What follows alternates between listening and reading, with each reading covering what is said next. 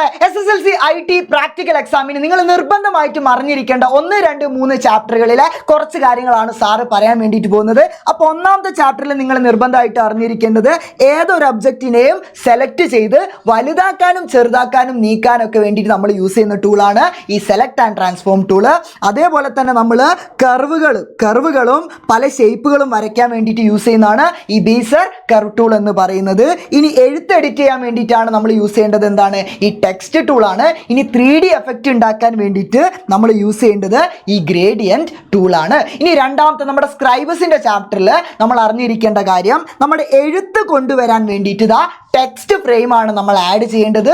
അതിനുശേഷം right click ചെയ്തിട്ട് content select ചെയ്തിട്ട് ഗെറ്റ് ടെക്സ്റ്റ് കൊടുത്തു കഴിഞ്ഞാൽ നമുക്ക് ടെക്സ്റ്റ് കൊണ്ടുവരാൻ വേണ്ടിയിട്ട് പറ്റും. ഇതേപോലെ ഇമേജ് കൊണ്ടുവരാൻ വേണ്ടിയിട്ട് ഇമേജ് ഫ്രെയിം ആണ് ആഡ് ചെയ്യേണ്ടത്.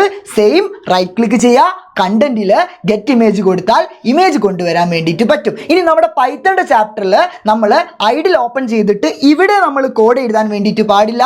ഫയലിൽ ന്യൂ ഫയൽ എടുത്തതിന് ശേഷം നമ്മളിതാ ഇവിടെ ഇങ്ങനെ ഒരു വിൻഡോ കിട്ടും. ഇതിലാണ് നമ്മൾ കോഡ് ചെയ്യേണ്ടത്. അത് റണ്ണ് ചെയ്യാൻ റണ്ണിൽ റൺ മൊഡ്യൂള് കൊടുത്താൽ മതി. അപ്പോൾ ഈ 3 ചാപ്റ്ററിന്റെ പ്രാക്ടിക്കൽ സെറ്റ് അല്ലടാ. അപ്പം അടിപൊളിയായിട്ട് A+ വാങ്ങാം IT യിൽ. ഓക്കെ.